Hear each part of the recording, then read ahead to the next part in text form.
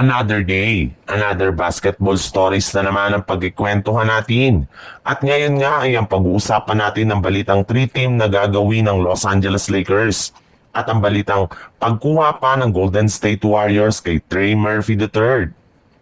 Ayon nga sa ibinulgar ng isang NBA insider, posible pa rin naman nga daw na makagawa ang Lakers ng trade sa mga susunod na linggo lalo pat tuloy na tuloy pa rin daw ang pagkuha ng Los Angeles Lakers sa kanilang mga target sa trade. At base nga sa isang source, isa nga daw sa mga target na makuha pa ng Lakers bago magtapos ang offseason ay si Lauri Markkanen. Ayon nga sa ibinulgar ng isang NBA insider, isa nga daw si Markkanen sa mga tinatarget nilang kunin para itandem kay Luka Doncic kapag tuluyan ng nagretiro o umalis sa team si LeBron James. At maaari nga daw po nila itong makuha gamit si Rui Hachimura at Austin Reeves sa isang blockbuster trade.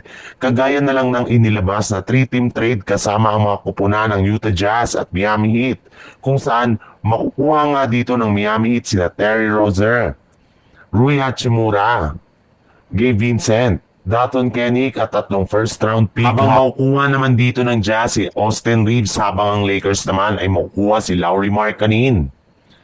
Hanggang ngayon nga ay sinisikap pa rin talaga ng Golden State Warriors na bigyan ng contract extension si Jonathan Kuminga upang mapanatili ito sa kanilang lineup ng mas matagal sa mga susunod na taon.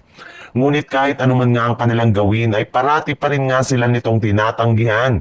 Kaya no choice nga po ngayon ang Golden State Warriors kundi pumayag na sa ideya na tuluyang pag-trade sa kanya sa lalong madaling panahon. Sa katunayan, base nga sa ibinulgar ng isang NBA insider, bukas pa rin nga daw ang pintuan ng Warriors para i-trade si Kuminga sa koponan ng New Orleans Pelicans upang makuha ang matagal na nilang target na si Trey Murphy III na available pa rin sa trade market. May ilang mga miyembro nga ng front office ng Golden State Warriors ang gustong-gusto ang potensyal at ang galaw ni Murphy sa loob ng court.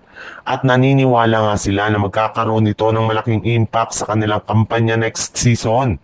Babagay rin naman nga daw ang laro nito kasama sina Stephen Curry at Jimmy Butler bilang isang spot-up shooter gamit ang kanyang laki, at isa rin naman itong mahusay na rebounder ay defender.